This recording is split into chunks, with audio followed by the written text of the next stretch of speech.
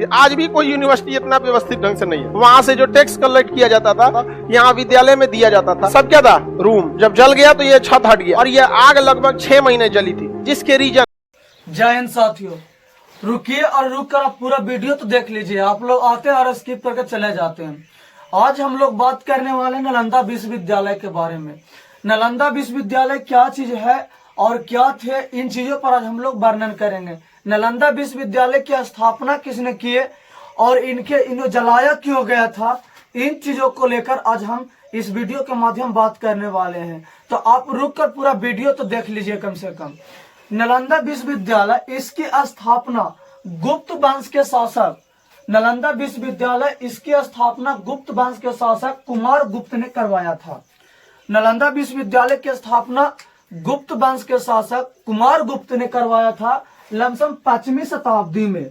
5वीं शताब्दी यानी कह सकते हैं 427 ईस्वी में किया गया था नालंदा विश्वविद्यालय की स्थापना। जिस समय इसकी स्थापना हुआ था, इस समय यह कहा जाता है कि यह नालंदा विश्वविद्यालय है एशिया का सबसे बड़ा शिक्षा का केंद्र हुआ करता था। वहीं विश्व में भी कहा जाता है कि शिक्षा के माध्यम से यह विश्वविद्यालय एक था। यहाँ पर प्रतिवर्ष 10,000 से अधिक छात्र आकर यहाँ पढ़ा करते थे। आज हम लोग जो देख रहे हैं कि लाइब्रेरी की सुविधा है, हॉस्टल है, जिन चीजों यहाँ पर पहले से भी उपलब्ध था। यानी हम कह सकते हैं कि नालंदा विश्वविद्यालय में लाइब्रेरी भी थी और हॉस्टल भी था। प्रत्येक विषय के प्रत्येक अलग अलग टीचर भी थे। ये था हमारा नालंदा विश्वविद्यालय। यहाँ जो कहा जाता है दोस्तों कि यहाँ जो नालंदा विश्वविद्यालय है ये उदंतपुरी से, जिसको आज हम लोग बिहार शरीफ के नाम से भी जानते हैं, उदंतपुरी और राजगृह, मगध की जो राजधानी हुआ करता था राजगृह, ये दोनों के बीच में नालंदा नामक स्थान पर ये स्थित है नालंदा विश्वविद्यालय। कहा जाता है दोस्तों कि नालंदा विश्वविद्यालय में बहुत सारे छात्र छात्राएं बाहर से भी आकर पढ़ा करते थे। कहा जाता है कि 10,000 प्रति वर्ष छात्र और छात्राएं आकर यहाँ पर पढ़ते थे, क्योंकि यहाँ पर हॉस्टल की भी सुविधाएं उपलब्ध थी। कहा जाता है कि यहाँ इसको जलाने का पीछे रीजन क्या चीज था। इसको जलाने के पीछे रीजन सिर्फ एक ही था दोस्त, कि उस इस्लाम धर्म का प्रचार प्रसार करना और बौद्ध धर्म को नष्ट कर देना। यानी बौद्ध धर्म को चाहते थे कि ये नष्ट कर दिया जाए और इस्लाम धर्म को चाहते थे कि उसको प्रचार किया जाए। जिन कारणों से खिलजी वंश के शासक, जिस कारण से खिलजी वंश के शासक ने, बख्तियार खिलजी ने 1193 ईस्वी में इन्हें जला दिया गया था। या कहाँ जगह पर मिलेगा 1190 ईस्वी भी, लेकिन हम लोग जो याद करेंगे 1193 ईस्वी। 1193 ईस्वी में बख्तियार खिलजी जला दिया था। जलाने के सिर्फ उद्देश्य क्या चीज था कि नालंदा एक बौद्ध का, कहा था ना कि बहुत बड़ा मठ होते जा रहा था। ये इस्लाम धर्म के लिए देख रहा था। कोई आप सोचिए, आप चाहिए कि हम इस्लाम धर्म को प्रचार करें, अब वो लोग चाहे कि ना हम इसको प्रचार ना कर दें।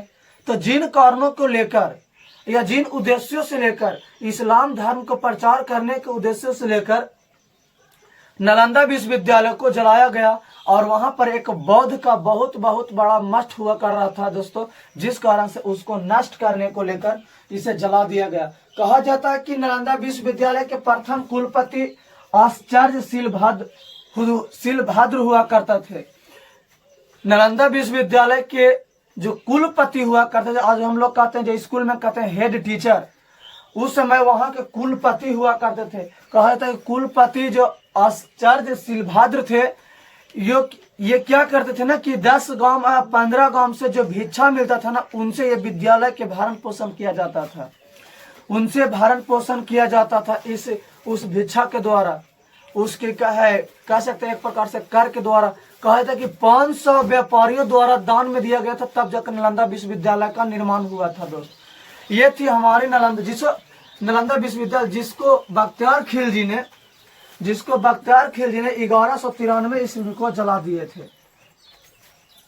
सोचिए कि उस समय अगर जो आज तक नालंदा विश्वविद्यालय बना रहता तो नालंदा विश्वविद्यालय के शासक भारत का नाम कितना रोशन हुआ करता।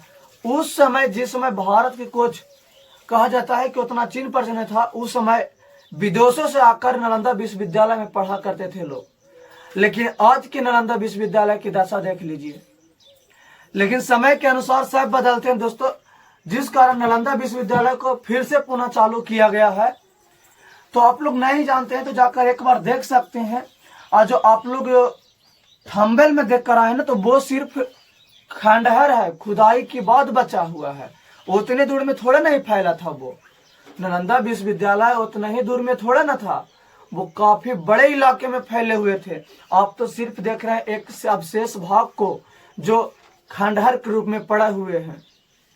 कहा जाता है कि जब लाइब्रेरी में आग लगाया गया था दोस्तों, तो कई दिनों तक वो जलते रहे थे। अगर जो वो सब आज नहीं जले होते तो भारत कहां से कहां तक पहुंच गया रहते। दोस्तों, ये नालंदा विश्वविद्यालय पर एक मेरा सा छोटा सा प्रयास था। अगर जो आप लोगों को ये वीडियो अच्छा लगता दोस्तों, तो आप लोग भी अपना दोस्तों तक शेयर कर दीजिए। और मेरे चैनल पर अगर जो आप नए आए हैं तो मेरे चैनल को सब्सक्राइब कर दीजिए। फिर मिलते हैं अगले वीडियो में। जय हिंद दोस्त।